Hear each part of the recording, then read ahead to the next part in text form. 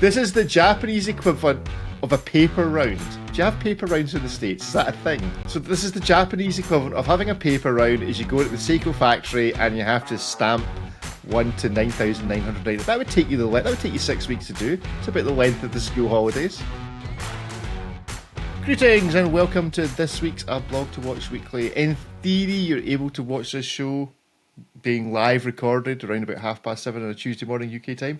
It's entirely possible that that's not worked this morning. So if you've been looking for it, then that's where you can find it normally when the system works. But our dear service provider Riverside appears to have changed the way you log on to YouTube this morning. So who knows? It may be working, it may not. But if it's working, try and hit us up in the chat. If not, then do look out for the show on aBlogtoWatch Weekly Live, the YouTube channel, and later in the week, the full show on the main aBlogtoWatch YouTube channel. And we did reach out to people last week saying we had a WhatsApp number. I don't know if anyone's put a jingle to it yet, but we have been starting to see folk use it, so that's to be encouraged.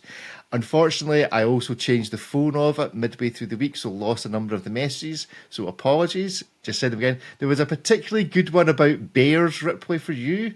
People were really, getting into it. It was clear that watches was less important to people than stories of bears, and also that more people had used bear repellent than had ever used helium escapement valves. But if you want to reach out to us on WhatsApp, it's +44 07, or I think you dropped the 0, so it's just +44 7386 690 897. We'll give you that number at the end of the show, or check the show notes for it. Ariel, you look desperate. This reminds me of the 90s where the call to action in every ad was a phone number that you were never going to remember. Yeah, it's not the most memorable of phone numbers, I'll grant you that. But maybe that's the trick, is we make the unmemorable memorable just by repeating it incessantly. We need the jingle. We need the jingle. You said you had a jingle. I did have a jingle. I sent you the jingle. Can AI not write a jingle with the phone number? AI did write a jingle. No, Ariel, we're committed to not using AI, so we have to hire a producer. I will find one. We live in Los Angeles. There are plenty. I will find a music producer. He will create us a jingle. Rick, please don't change the number because we'll have to go through this whole thing again. I feel that the plus, that's starting with a +44, that feels like a good intro to a jingle. It's not just a 07 whatever. If you are a specialist in making wonderful music out of words that don't rhyme at all, let us know, please. There must. I mean, I also feel like it's obviously, we had the complication we wanted to make, which was the birthday. I don't know if we just call it the birthday regulator or whatever, whereby the perpetual calendar is display, just shows you how old you are. Clearly, one of the things to go on the back of the watch is now this phone number. So we're slowly building our ideal watch.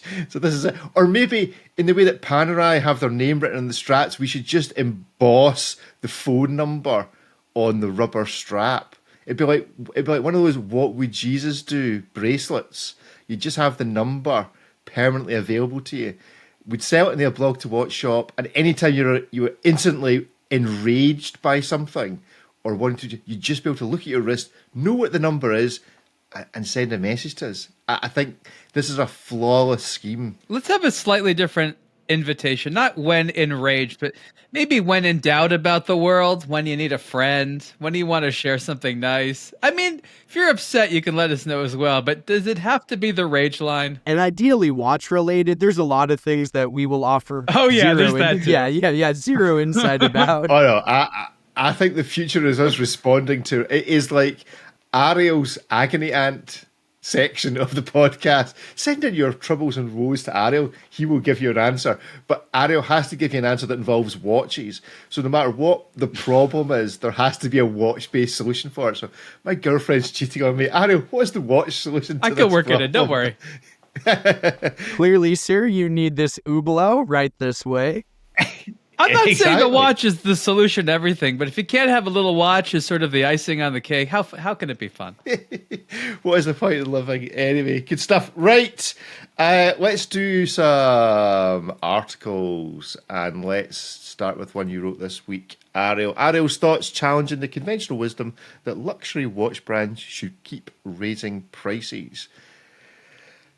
This is an interesting one. I enjoyed this read, and it got some very positive comments. What prompted you to write this? Is it just having been in this industry so long and recognizing that prices seem to be going up much faster than inflation?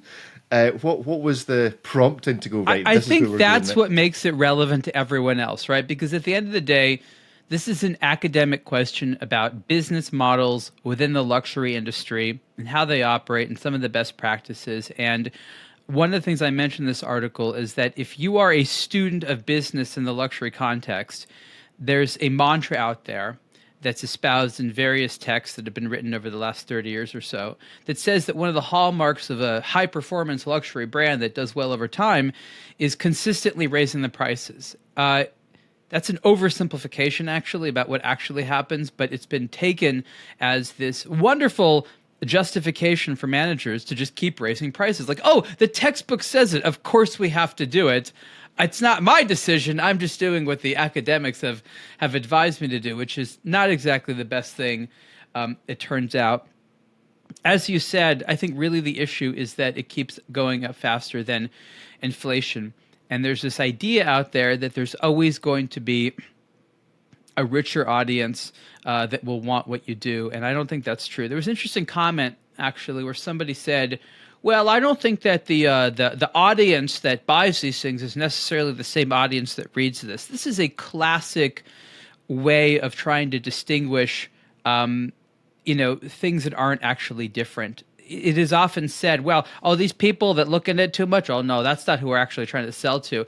I don't think consumers are all that different. I actually think that all consumers are more or less the same. They just have various levels of education. And the more experienced and educated you have, the more value you want, but the less you want to necessarily spend on it, meaning you want more value for your money. So you'll spend more, but you definitely want more. And there's this side sentiment out there, and I think a lot of managers in the luxury industry quite defensively will say, well, that's just one category of people. That's not who you're selling to. No, I would argue that is who you're selling to. You're just not necessarily understanding that all consumers get there eventually. So I challenge the idea that you have to keep raising prices. I say that's kind of BS. And then I show a few scenarios where actually not raising prices is probably a better idea and actually allows you to do more business over the long term. This type of argument is not one that I've ever seen discussed. So another impetus behind it is, I've never seen anyone bring this up before, even though for me it's a glaring issue. So that's really the gist of it. Do you think there's any examples of other industries or other areas within luxury whereby they have gone down this route and we've seen what the long-term result is? Or are watches leading the way in being the type I would of product look at the other way around. I would say that most companies over time sustain and grow desirability and demand by just having a good product at a good price. There have been a couple of exceptional situations where companies have accidentally gotten away with raising prices. The Dom Perignon example is one that a lot of companies like to point to, and this is in the 1980s. It was Dom Perignon Champagne Company increased its prices and also increased its market share. And what was happening, which was unique at the time, what I understand, is that the market didn't really have a well-known higher tier champagne.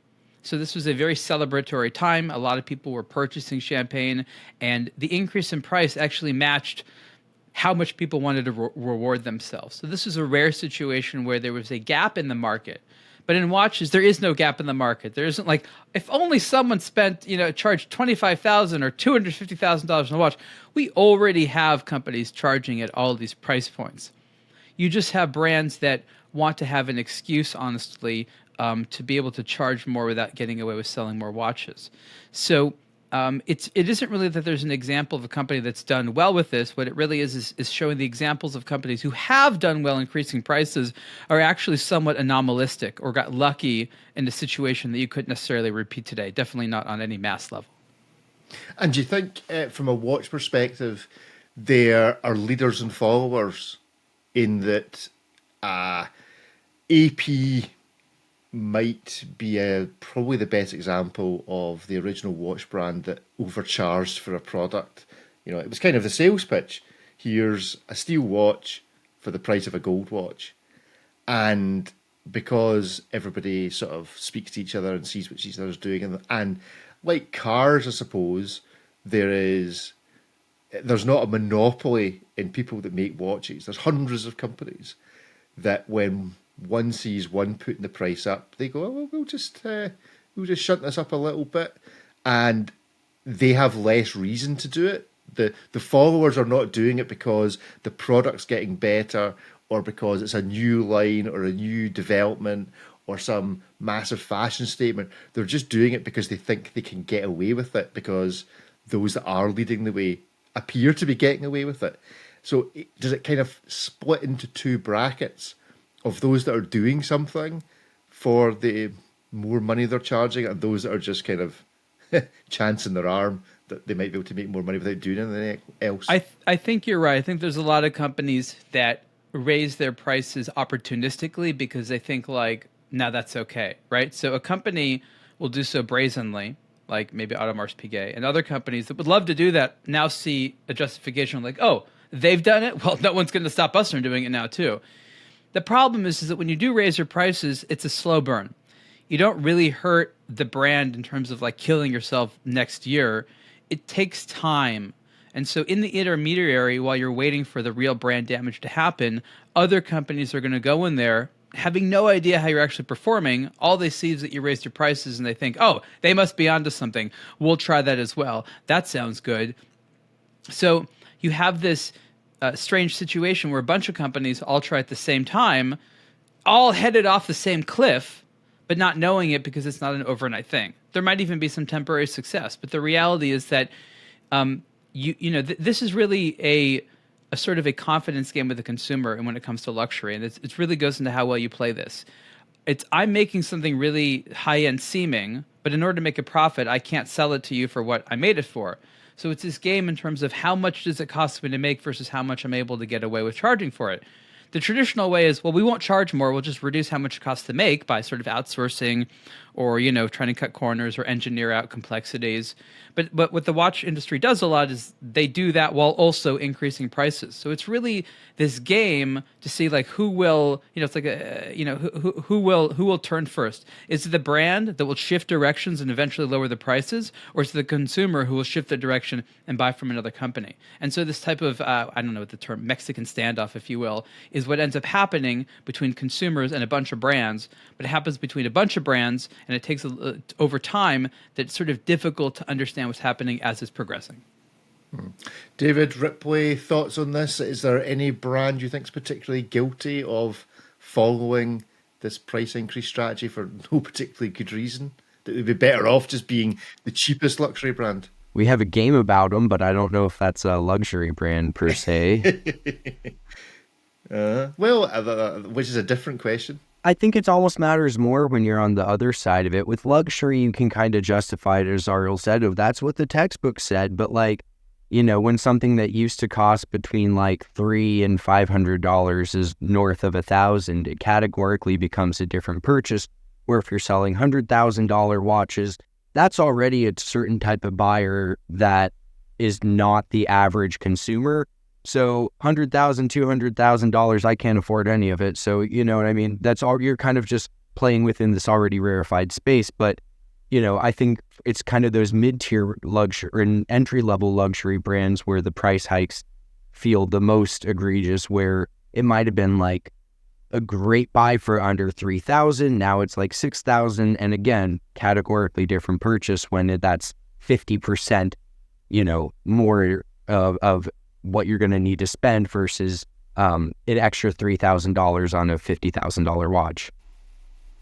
David, the most shocked you've been at the price somebody wants to charge for a reasonably low level, entry level luxury watch? I think it was Doxa or something. I remember looking at one of their watches. I think we spoke about this on the podcast as well. I was looking at one of their watches, and there's some cool stuff that they make, but this was sort of an exception. And I thought to myself, wow, this is not very good for like $2,500, maybe $3,000. I wouldn't pay $3,000 for it, and it turned out to be $8,000. And I remember being like really shocked, like genuinely, like wow, we are so way off the mark here. That was a shocking moment from like 2 years ago, I think it was, maybe last year, something like that. That was genuinely crazy.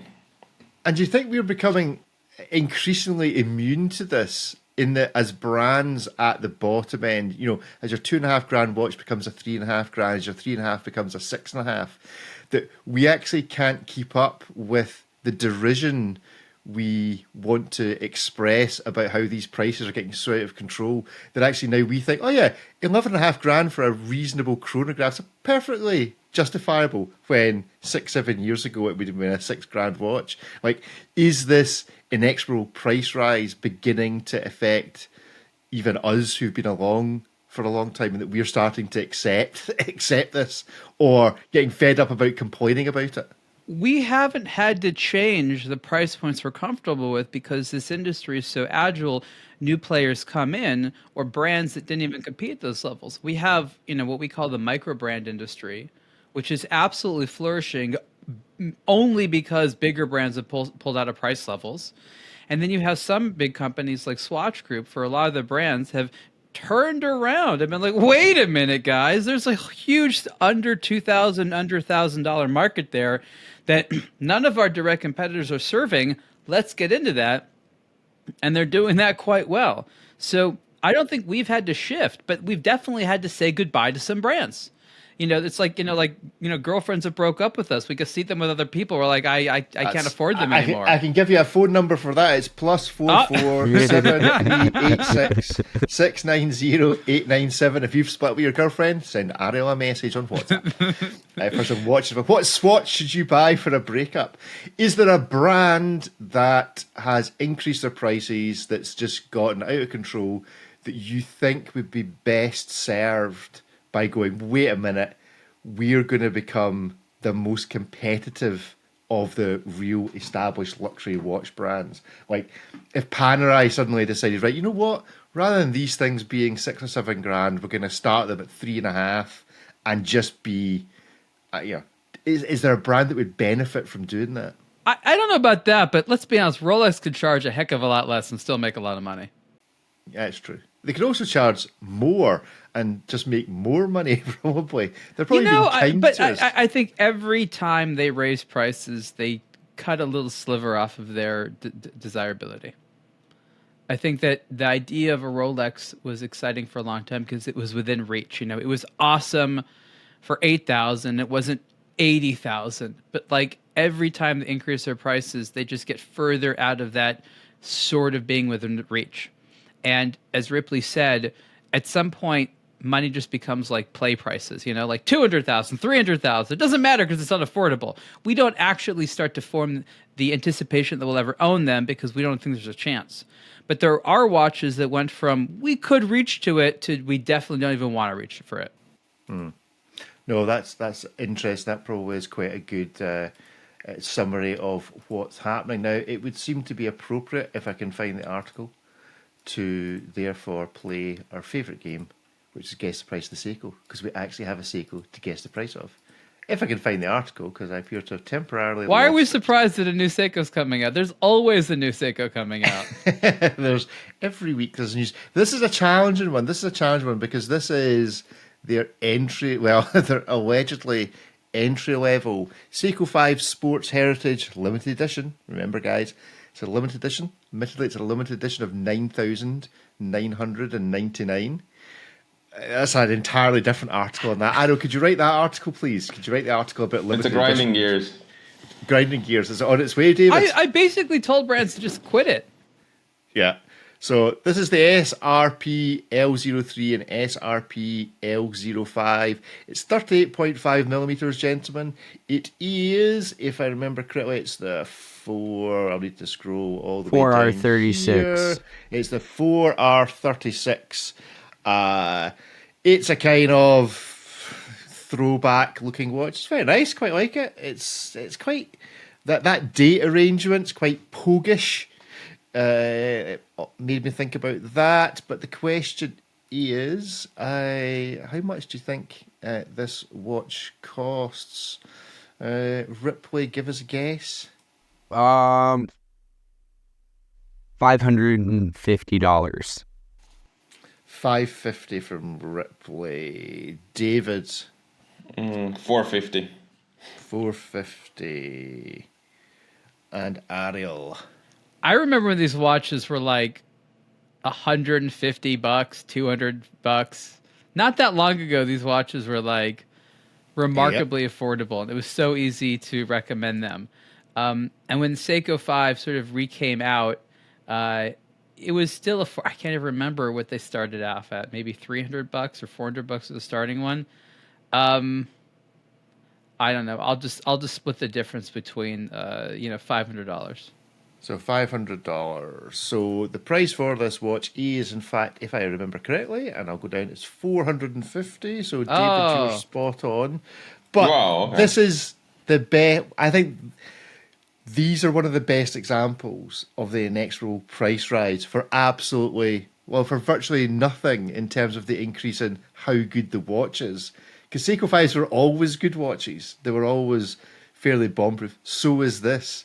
But as you say, it's like $200, maybe $300 more expensive for no reason. So yes, we can look at GLCs, Rolexes, all the rest of it. But see, at the real bottom end as well, you're seeing this. Why is this a $450 watch?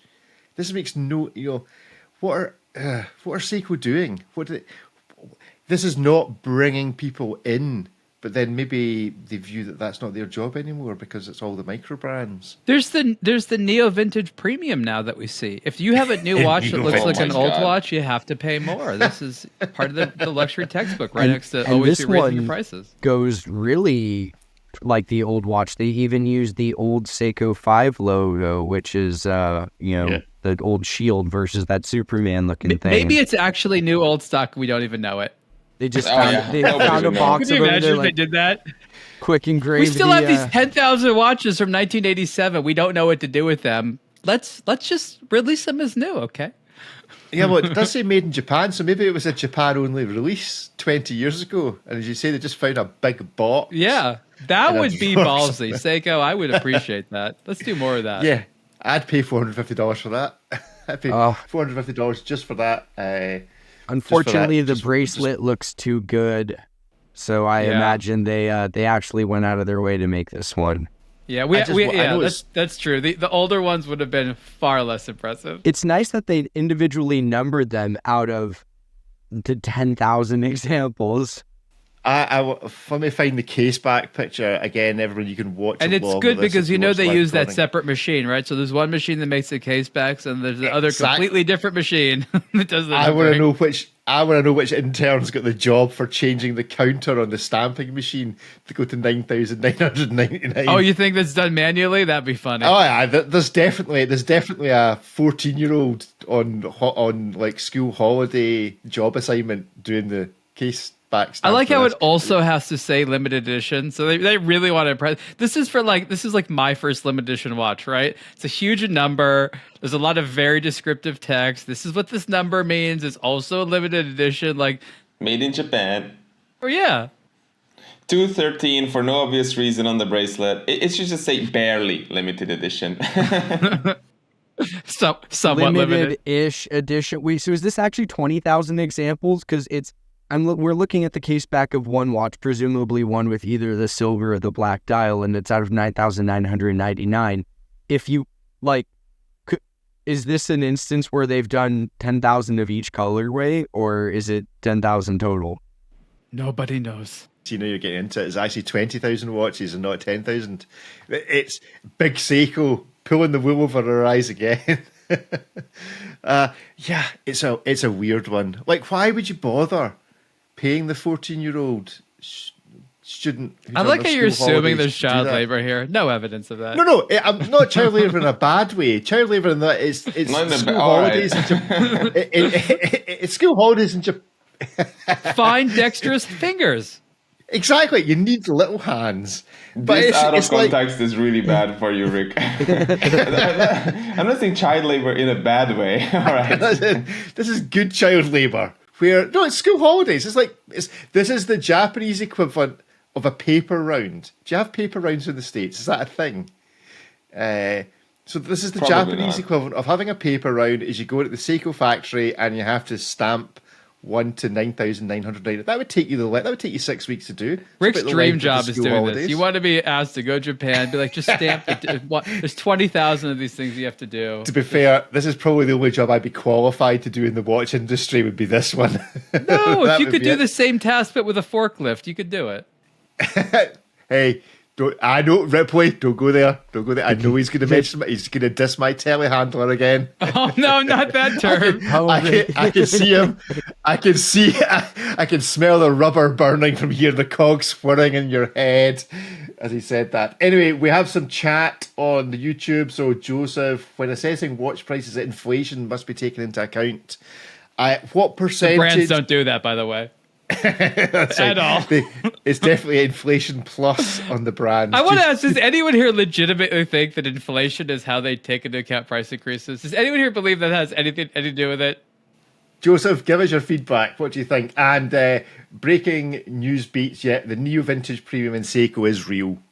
So they're agreeing with you that there is a Neo Vintage Premium. So good stuff. Right. Well, let's move on to something else. We created a bit of a stoosh in the chat last week. Let me share the screen. aBlogtoWatch weekly. We get some comments, but I thought I'd share this just so that you know. Anyone that's listening, you can always go to the comment section of the show notes and make a comment, and we'll try and get to it. We had a few. First of all, Ripley, some good comments about the Seiko. Oh, that's a long one. Prospect divers. Oh, wait, no, that's not bear related. Never mind. Okay. It's not bear related, but it is a cry for By the way, Ariel we'd had the main bear part of the trip after the last podcast, and I have to say the bear talk did not end. It only amplified, and it was constant. It's like the fear of bears, but also I want to see a bear. And I would literally go out at night taking walks with bear spray, being like, is that a bear? No, that's a deer. Is that a bear? No, that's a deer. Knowing that if there actually was a grizzly bear attack, I have no idea what to do. Because it's like one bear you say go away, another bear you kind of get aggressive with, and with grizzlies you're supposed to like lie down and take it. Like I wasn't quite clear on the strategy there, but it's been a lot of bear talk. And how are you supposed to tell what color the bear is after the sun sets? Because everything just goes black and white. My headlamp, of course. Your headlamp, because that's not going to attract the bear. I don't know. We have no idea. You remember the joke about bear spray? Does it attract the bears? Does it send them away? Do you spray it on your body? How does this work? Exactly. The cool thing is your headlamp projects may be like a foot further than your bear spray, so it's like it gives you like maybe have a good headlamp. It's like it's right in front of you. This huge bear. That's like, woo. Oh, but that's okay. My spray goes that far. All right. Did you have to hand the bear? I want to know. Did you have to hand the bear spray back intact, or did you get to use it anyway, even though there was no bear? It's like the temptation of a fire extinguisher in a disused building. You know, nobody needs this. This building's already burnt out. But there's a fire extinguisher. I've never used a fire extinguisher, but I want to see how far it goes. Did you just like have a line up and see who could hit the nearest tree with the bear spray at the end? No, it didn't get that far actually. But I no one's quite sure if the bear spray is a good. I mean, it's a big canister, so I borrowed it twice. You know, I felt powerful with this giant can in my hand, but I freely gave it back because I knew there'd be future opportunities. All right, hold on. It was one. Power. It was one bear canister amongst the group of you. You didn't all have one each. I was the bearer of the bear spray, yes. All right, okay. All right, so that was in the kind of, I've got the trainers on, so I'll outrun the bear. Yeah, it's I've got this, guys. Don't worry. I will show this bear who's boss. I can just imagine the news headline, watch journalist saves camping crew from certain grizzly bear death. Why would watch journalist actually be in the headline? That's my question. Publicity. Throws watch at bear, causes great distraction. Everyone lives. That's right. So anyway, so that was from Crazy Joe wanting you, Ariel, to submit a nickname for the Titanium Citizen Pro Master and get some commission. Jim was commenting that the tag was baffling to say the least. I was told by Ask Danny that Hodinkee never said they would stop limited edition collabs. Indeed, that is correct. I think I maybe said it, but it got edited out. About, they announced on the one hand they were stopping selling watches while announcing on the other hand they were still going to be selling watches. That's fine. And then Michael was very disappointed with our coverage of the Hodinkee stroke tag limited. Michael must have really liked that watch. I feel bad. I mean, it's like 4 multiple people just trashing something that he found beautiful. Must have hurt. I would challenge, and I've shared this screen, I would challenge anyone to go to the Tag Heuer website. So here we go. Here's the Tag Heuer website for the Discover the Watch. Let's see what the Tag Heuer website has to say about the watch. Okay, so that's one page in. I wonder if it accuses us of not doing our research. So let's see what materials we had to work with here. First of all, there's a waiting list, which basically means it's sold out because it's a limited edition. Or that they haven't made any yet. Let's see how far into the website you need to go to actually find out any details about this watch. So I can book an appointment. Oh, so sailing mastery, right? Maybe it tells me how the time and tide indicator works here. As I scroll down, no, it doesn't actually. It tells me a bit of history. Bridging the past and present, bit of neo-vintage premium text in there. It's a story, Rick. Don't actually use the device. More about it. Discover some more. Let's see if it tells in here how the time indicator works. No, we're just back to the front page. In fact, having scrolled through quite a lot of the website for this, nowhere does it actually tell you how the watch actually works. That's why he's upset that we didn't explain it. Yeah, we didn't explain it. He was counting on us. He was counting on us, and all I said was go look at the ocean and tell me if it's high tide. I've let you down. I've failed you. We've let ourselves down. We've let you down. We've just generally let everybody down, for which we apologise. But I think it's important to consider that really no complications serve any particularly useful purpose. It's not that we don't care about the tide. We just don't think a mechanical watch is the best way to keep track of it. That's all. Is the mechanical watch the best way to keep track of anything? Barely. Frankly. No, barely. It's no relevant purpose whatsoever. Okay, we're going to be playing Hitmas maybe shortly. Let's see what we can look at first before we get there. Let's give, if I can find it, this a little review. This is something else. We'll give Tag a second chance and have a look at the Aquaracer. So Tag Heuer Aquaracer Professional 300 date and Aquaracer Professional 300 GMT. I am increasingly liking these watches. I don't know if that's anybody else's experience of them, but the Aquaracer shape I really didn't like historically. And I don't know whether it's just because nobody else... I mean, everybody does weird shape watches, but nobody does quite as weird shape as this. Quite as many corners. And that it's, more corners is better. And it's starting to grow on me. Gents, your appreciation or otherwise of the Aquaracer in general, and this in particular? So I'll give my thoughts on the Aquaracer. I've always admired it as a competent sport dive style watch from Tag Heuer. It always sort of did its job well. It was legible. It was durable.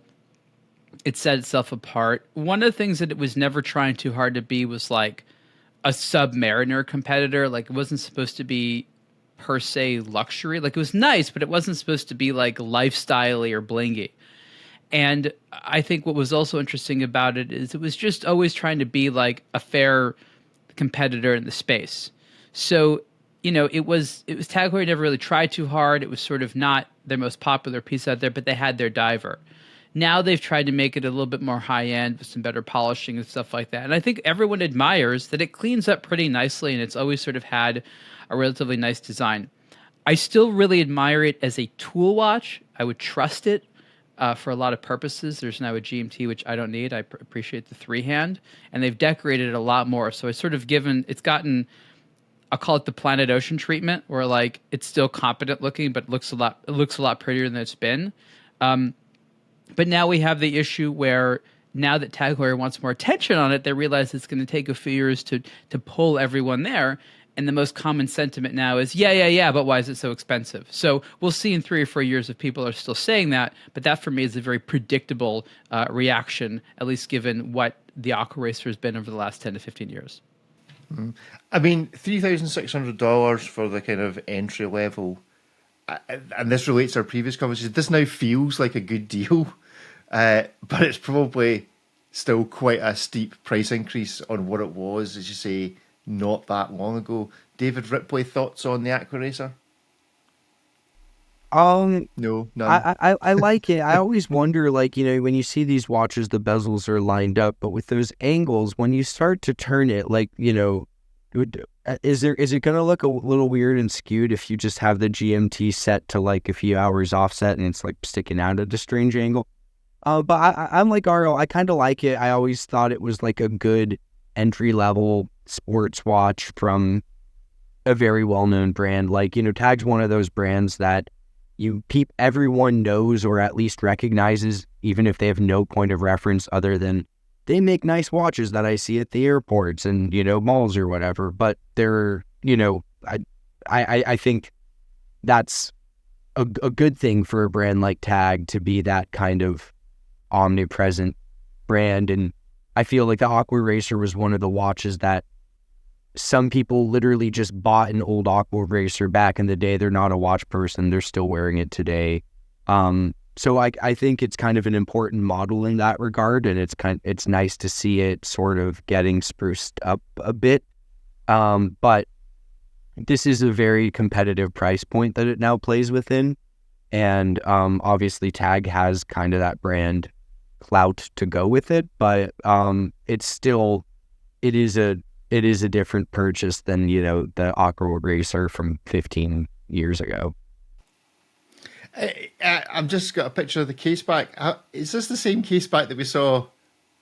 Was it a Christopher Ward and something else recently? I actually got info on that. If we can have so I spoke to Martin from Sherpa, and apparently that specific hard hat thing with the chain around it is EPSA's logo and EPSA was the case manufacturer who created the cases for the super compressor watches back in the day.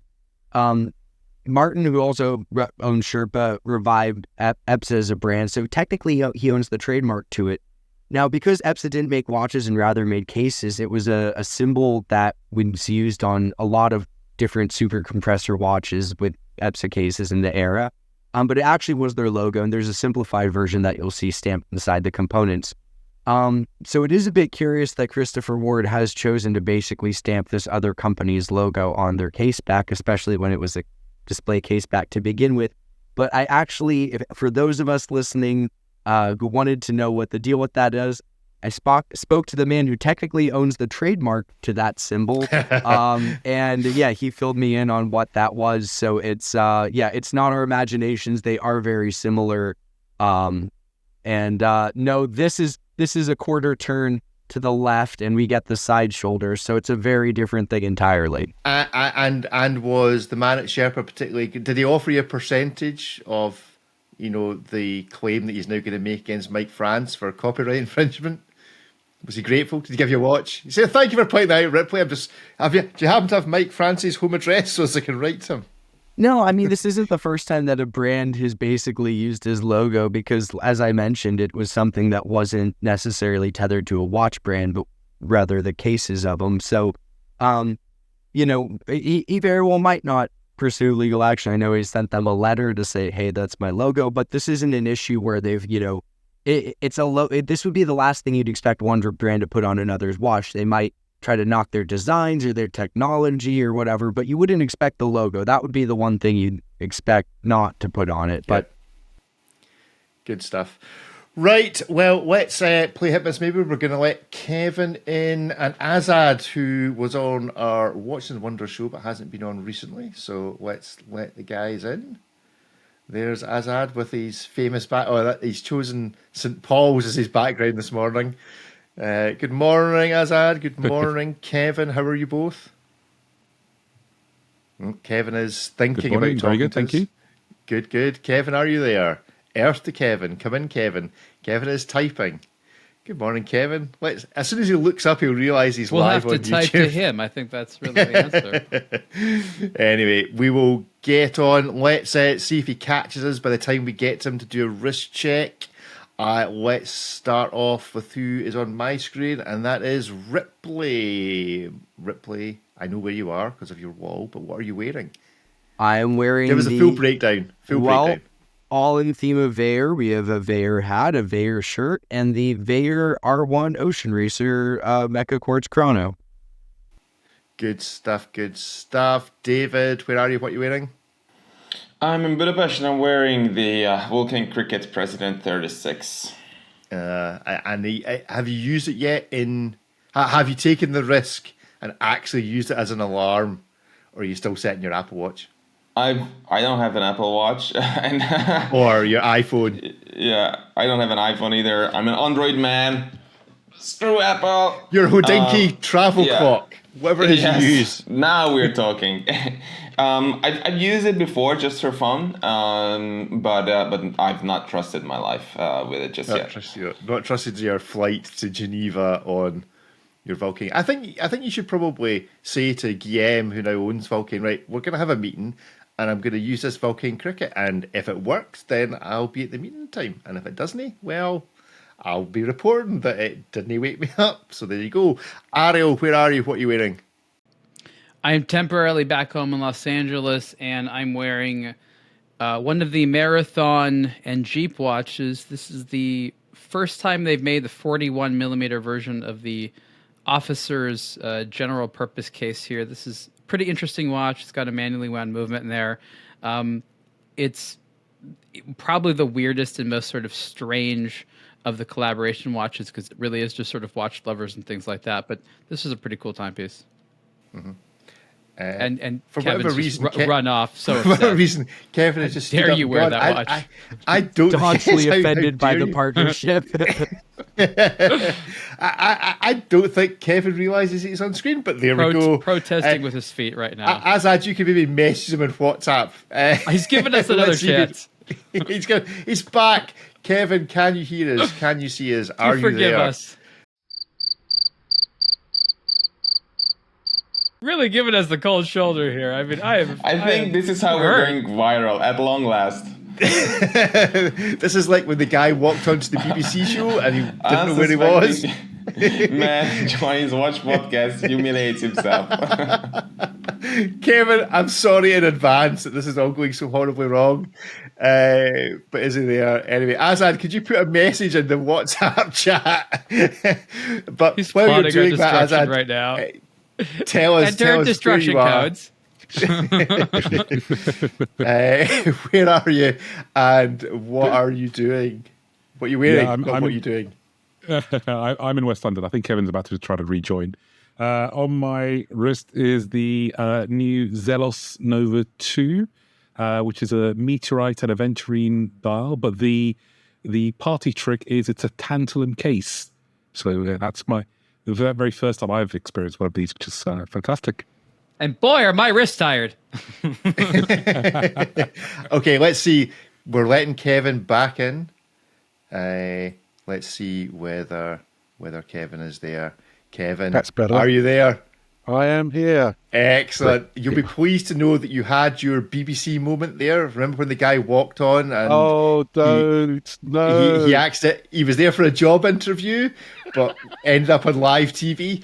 That's what we've just had from you for about a minute and a half of Random Man podcast. So that's the viral moment. So congratulations, you're going to be a hero. Your name will go down in history.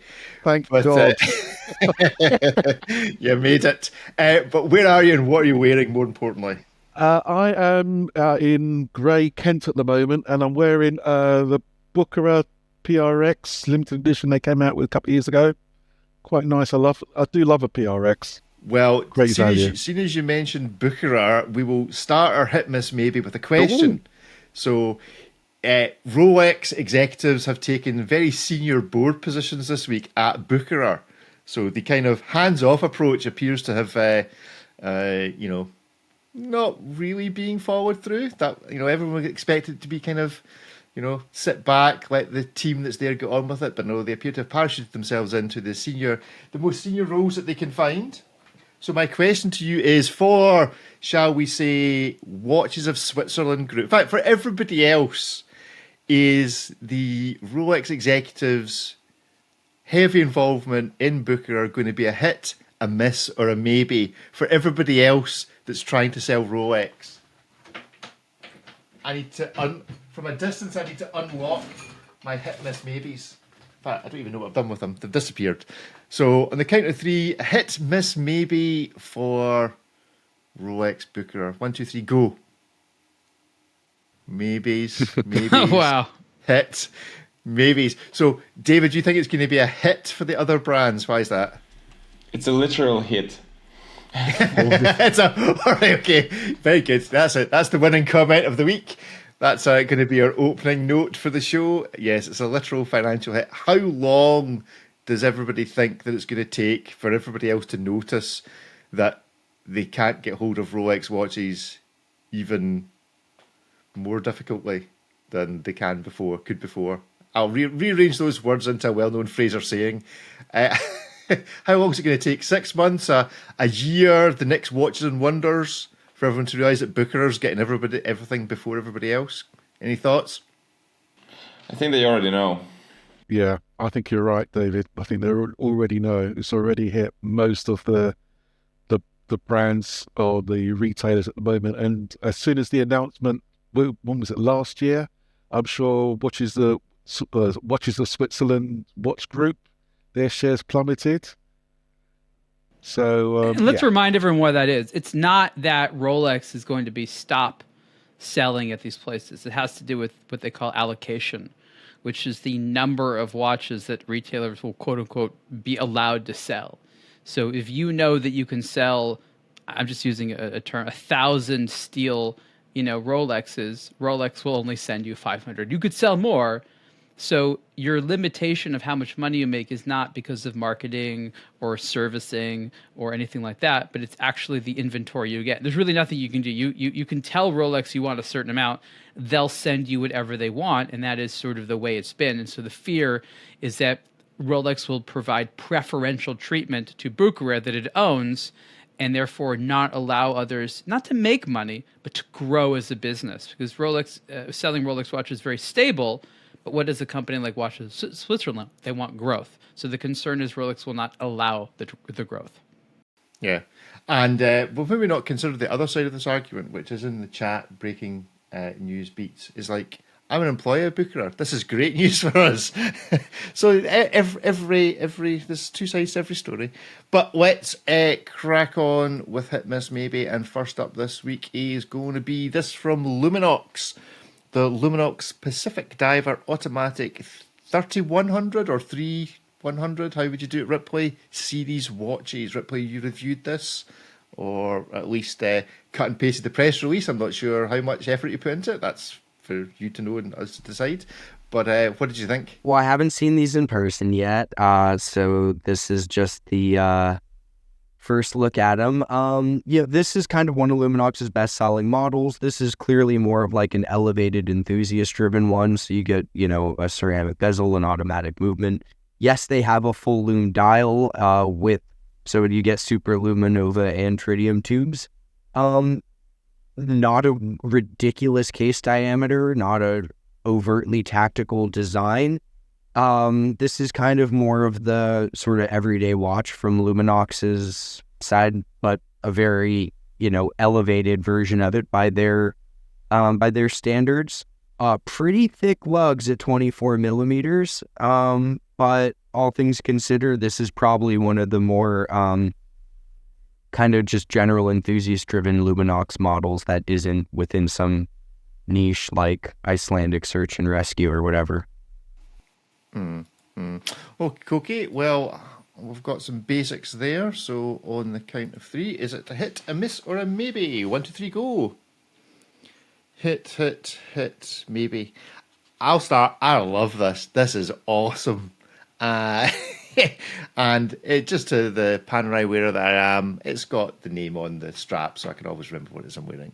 I love the look of these. These look really cool. We did have a comment on our WhatsApp number from John, whose other messages about bears I think I managed to delete, but he was making the point about that he's team black, that if you're going to have a fully loomed dial, you shouldn't have loomed hands, which this does. The fully loomed dial of this also has loomed hands. Any comments before we move on of experience of that? Do you agree with John?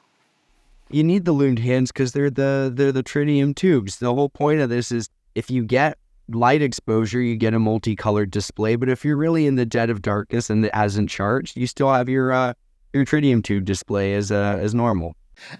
David, how would you vote?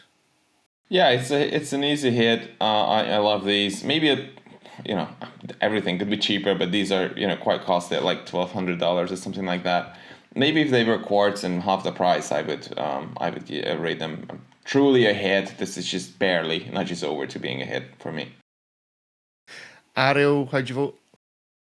I had maybe, and it's basically like a maybe plus. It's verging on hit. This is the interesting thing about this watch is that Luminox really wants to participate not only in this price point, but also in sort of being more of a lifestyle watch. There's a lot of its competitors that have these sort of lifestyle sport watches, and it desperately wants one. It has for a long time. It's come out with other watches like the Pacific Diver that came before this. It was trying to take their sort of sport military style and make it a little bit more elegant. So what you have here is a merger of both of those things. And so the maybe is, because I haven't seen these specific models in person, I'm still not sure if the proportions work, if that merger of some of those more decorative things like the dial and the shiny ceramic bezel work with that sort of case design, which we associate with the sort of, Navy SEAL style watch. And so it has potential, but I'm not sure if it ultimately succeeds in being more than a sport watch and reaches into sort of that more jewelry element a little bit. You see that the decoration on the dial there. Obviously, they're trying to make this core design, again, a little bit more decorative as opposed to sporty. I like this as a sport watch a lot. This price point isn't excessive by any means, but like I said, I actually want to see these on my wrist. As Ripley said, there's some strange things. A 24 millimeter wide bracelet with a case that isn't so wide could be great. So I think there's a lot to like here, but I really want to put it on my wrist first. Yeah, at $1,300, $1,400, it feels very Formex-like. Yeah, exactly what I was thinking. The left-hand side. Azad, what did you vote and what do you think? I voted for a hit. I think that there's a lot going on there, and clearly they've really thought about the design. It looks very modern, very suitable for younger collectors as well. I quite like that loomed date window. I've not seen that before. But I think it comes together quite nicely, even with the bracelet. I mean, I agree the 24 wide lug width is will be problematic for some collectors, but for somebody who is kind of new to the hobby, I think this is quite a good kind of step up in terms of away from the kind of the budgetary kind of entry models and something more into the middle of the market for them. Kevin, how'd you vote and why? Well, I've originally voted, notice the word originally voted a maybe, but my concern was the price. I didn't know what the price was. It's now going to be a hit because it's not too expensive That was my only concern. If it was something like, I expected it to be about, $2,500, but at $1,200, it represents good value, definitely. I do like the loom. I didn't notice the loomed date window. That's a nice touch. So officially, hit. A hit. Sorry, I'm flip-flopping. And Will's not here to appreciate that. Well, we've had to kick Ripley out because whatever's going on is causing problems at my end, if he's listening. So let's move on to the next. And this was the most commented on watch this week, so I thought we'd better give it a review and see what everybody thinks. This is a Longines Spirit Zulu Time Titanium watch. I have been a big fan of this for a wee while, and of all things modern Longines. But gentlemen, what do you think of this push into the world of titanium and GMT? I'm already saying two things that Ariel doesn't appreciate, or at least one of them. So I think I know which way he might go because it's got a GMT complication. And for the most travelled man on the show, he doesn't seem to appreciate them. But there we go. So is it a hit, a miss, or a maybe? 1, 2, 3, go. Hit. Is it? Oh, it's a broad brush. Azad's using modern technology to tell us that it's a hit. David, why is this a hit for you? It's an easy hit. I think Longines really hit a home run with this overall design, and any iteration that they create for this collection, they don't seem to be able to get it wrong ever. So it's very refreshing to see this. It's sort of becoming a Longines staple. It's not crazy expensive. I mean, it's just a hair over $4,000. But for that, you do get a titanium case and bracelet, from what I understand. So that's pretty cool, and it's nicely made too. It's not just this boring, bland, polished potato titanium, but you actually get some bevels and some polished areas and some brushed ones. So it's fairly intricately done. So well done them. Good. Ariel, potato titanium, is that a new one for you? Yeah, that's definitely a new one. I think David's very accurate in that Longines has a very well-made product. I've seen these watches. They do titanium very, very well. This is a very competent watch. It's got a lot of good materials on it. It's very legible. It'll go with a lot of stuff. The only two qualms I have are definitely not deal killers there. It's a bit of a thick case. And I don't know how many times I want to stare at the dial and see all 5 of those stars, like my watch is a hotel or something like that. So that might grate on me a little bit. But overall, I think that this is definitely a fine package. The movement has a lot of other fine things to say about it. So actually, we're talking about like within the scheme of what is competitively priced. You could do a lot worse for $4,000 on a watch. Absolutely. Are we okay that this is $4,000 in relation to our previous conversation, which is just because everything else has crept up, we're like, yeah, that's fine at $4,000. Whereby actually, if this was just stood alone at that price, we'd be like, $4,000, you're having a giraffe. What is Tudor's price for a GMT right now? About the same? Roughly the same, maybe a little bit more. Yeah, but not in titanium. Not in titanium. So do we view Longines and Tudor? I think we probably should. It's possible that Swatch Group don't really view it that way, but it depends on the product. But the Spirit collection, honestly, is really decently made. I wouldn't have a problem putting it in the same category as a Tudor. At the very least, I think that as a consumer, you could legitimately be trying to sort of weigh buying a Longines or Tudor at this level, and it would be, fit the same type of need. Azad, what did you reckon?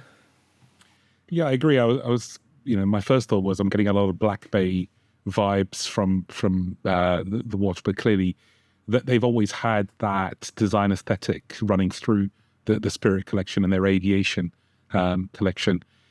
The titanium makes it more of improves the proposition in terms of the price. But yeah, I mean, I think the Swatch Group do see Longines as quite I hate that clasp. That's okay. I might be changing my mind just on the back of that clasp. Actually, changing it to the clasp. That's I mean, that's been done by the same 14-year-old that's doing the limited editions for Seiko from earlier on. It almost looks like it should be like, imagine your initials here. It does. It's like one of the the shopping mall engraving. Yeah. Thanks, Dad. I love you. The time is on the other side. But I'm sure it would look really good on a nice kind of vintage leather strap, actually. So, I still like it. Kevin? I think it's a hit. I agree with Azad. That clasp is a bit... Could have been done better, but overall it's a fantastic piece. Longines recently have been knocking it out of the park with regards to their last 2, maybe 3 years in the collections. They are actually doing stunning pieces at the moment. They do one or two things wrong. I mean, they did the limited edition gold pieces last year, I think, at $1,200, maybe a bit more.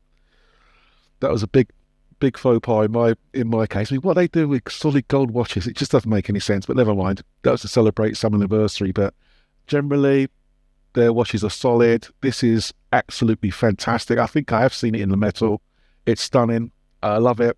And but let's hope that they go from strength to strength with the Spirit collection. Cool. Right, finally for today, something a little bit different, maybe a bit more divisive. Gerald Charles Maestro 9.0 Roman, I don't know, Tourbillon watch. Ariel, I'm going to pass this over to you. You've reviewed some hands-on Gerald Charles. I've seen them. I've never actually held one. What do you think of the overall aesthetic of this design of watch before we get into specific hit-miss maybe on this one? We've talked a lot about the Maestro case. That's the Gerald Genta design. That is sort of the foundation of the Gerald Charles brand right now. So all of their watches have some relation to this case shape. The Master Link, which is their sort of integrated bracelet watch, is still this with a slight deviation because it, of course, integrates into a bracelet. This is, a design experiment. This is one of their tourbillons, but it has this particular type of textured gold-colored dial. You have this two-tone case where you have a blue bezel and sort of I forget the case material. Is it gold? Is it steel? I don't remember. The main case. It's I'm not sure if there's a specific watch that Genta himself designed or they were just sort of playing with some new aesthetics in here. I mean, this is, again, it's an experiment. They're not saying like this color combination's the next big thing. But I think that they're right to try to challenge and shock. Not everyone's going to love it. But I think you'll agree it doesn't really look like anything else out there. And that's what brands like Gerald Charles should be doing. And I appreciate that. It's the theme, as everyone knows. Oh, it's a watch with a flying tourbillon. That's a theme everyone knows. But it has a slightly different look while still looking familiar. So it's that interesting intersection of I've seen this before, but I've also never seen this before. And I think they do that well. Okay, let's give it a hit, a miss, or a maybe. 1, 2, 3, go. I'm kind of torn on this one, I have to say. Yeah, I'm a bit with you, Kevin. Halfway. A miss, or maybes. This is the Alfred Hitchcock watch, as far as I'm concerned. If anyone can remember the kind of logo for Alfred Hitchcock, it just somehow reminds me of that. Yeah. The profile? No, I don't. Yeah, you know how you did the scary profile with a big chin and belly? I can't remember what it was based on. It just has that kind of vibe to it with a wee Hitchcock. Now there's a watch brand in the making. Exactly.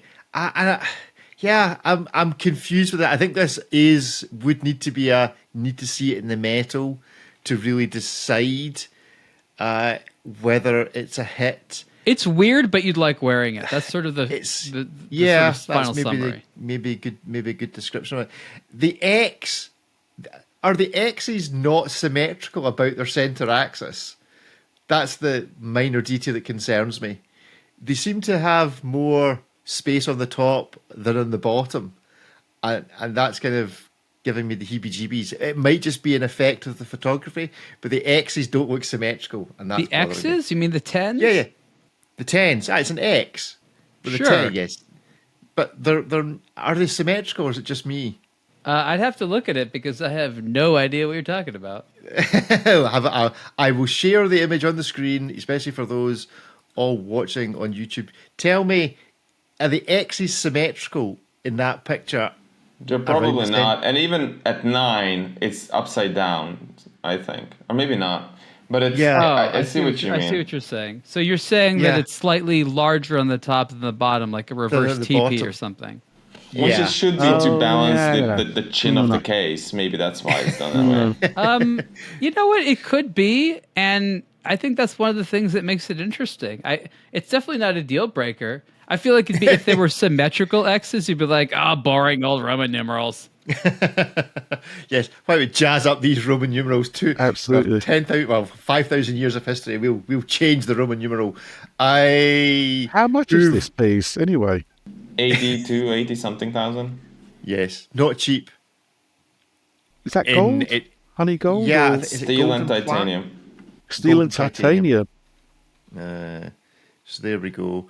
Right, who have we actually spoken to? Because I can't remember because I've been distracted by the X's. David, have you given us an opinion? On this, it's one of the most difficult hits because I really despise this case shape. Every time I see this, it's just my first reaction is really quite bad to it. But I put one of these on at some point, and it really is fantastic on the wrist. It's so odd. You really do have to put one of these on to appreciate it. I think that's actually a hand engraved dial. It looks as though it was in gold, and if it is, then that's those child fingers in action. Yeah. Is this an Atelier When hand engraved in dial or an actual? No, that's different. The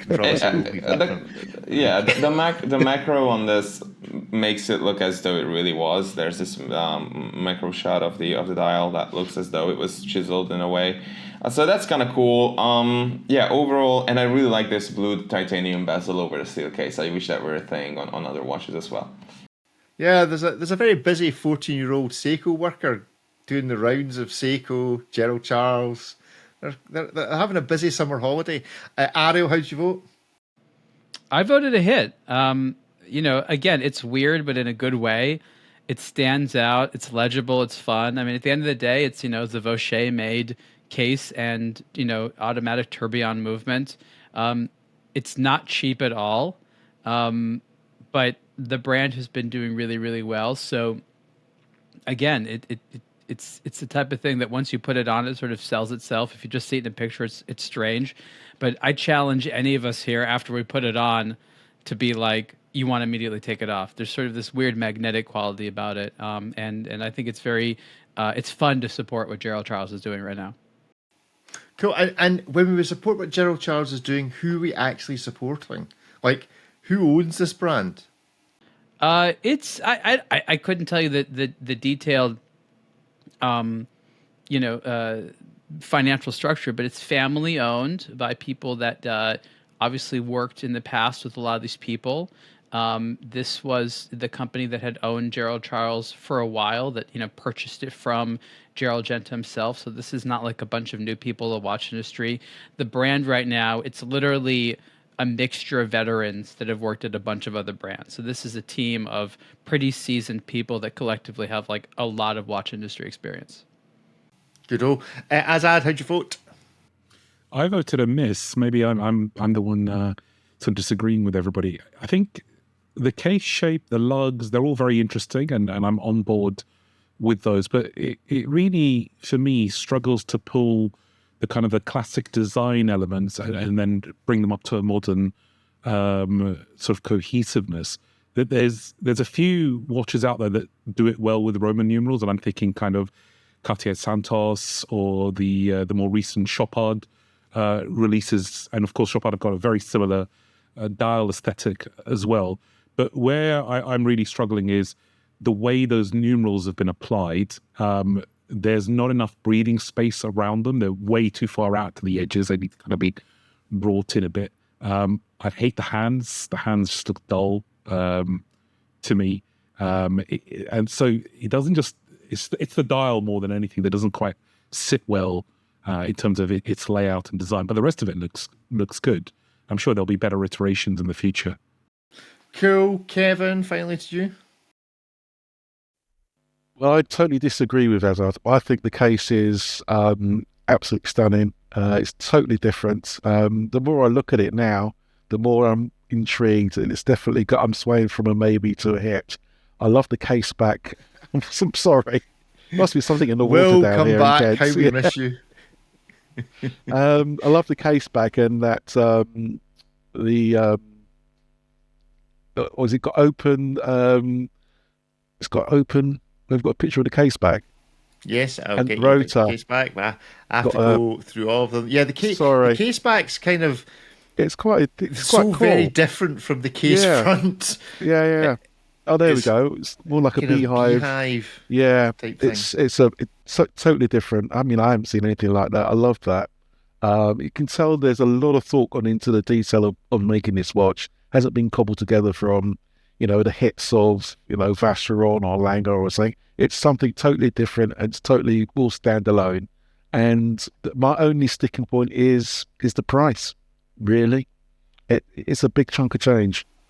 It is indeed good stuff. Well, that is our show for this week. I'd get you all to sing along, but we don't yet have the jingle ready. But Kevin, Azad, you're in the heart of London. If you happen to know any jingle makers that would like to make a jingle of our WhatsApp number. Does he live in the jingle district? I mean, what are we talking about? Jingle district of London. Jingle, jingle, jingle. We'll have to get AI to make it for us. Oh, I tried that. It was awful. Oh. I'll play a selection of them next week. So +44 7386 690897. Ariel just can't cope with me reading out a phone number. It's very peculiar. Do you have? Is this like some sort of phobia to phone numbers, Ariel? If I just read out a phone number, it's so abstract to me. There's no. I have to hear it so many times to remember it. That's the funny thing. It's like we're trying to make it easy and fun for people. It's like, now remember something unbelievably abstract. Have you ever had called? You all have mobile phone numbers. I know what they all are, so I'll not repeat them on the live on YouTube. Thank you. But the way you say your phone number will have a certain cadence to it. Have you ever been phoned in a call center and you've had to leave your number and they read it back to you, but with an entirely different cadence? And you're like, that's not my phone number. It's it just does something. You have to concentrate very hard. Yeah, really and deep in your sometimes brain. you have to get to repeat it as well. I Exactly. have never had this It's experience not. in my life. Oh, well, we'll find you a suitable call centre that'll butcher your phone number for you. I'll put your phone number for you. What are they going to do other than say it wrong? No, but it's the way they say it. It's the artistry of saying your phone number. I love how the sing-song way you say your phone number is integral to your identity. It turns out it is. It turns out it is. Anyway, that's us for our show this week. If you're on the live chat, we may have a bit of post-match, but to those all listening in the podcast, thank you for joining us. Speak to you all again in a week's time. Goodbye. Bye. Bye, everyone.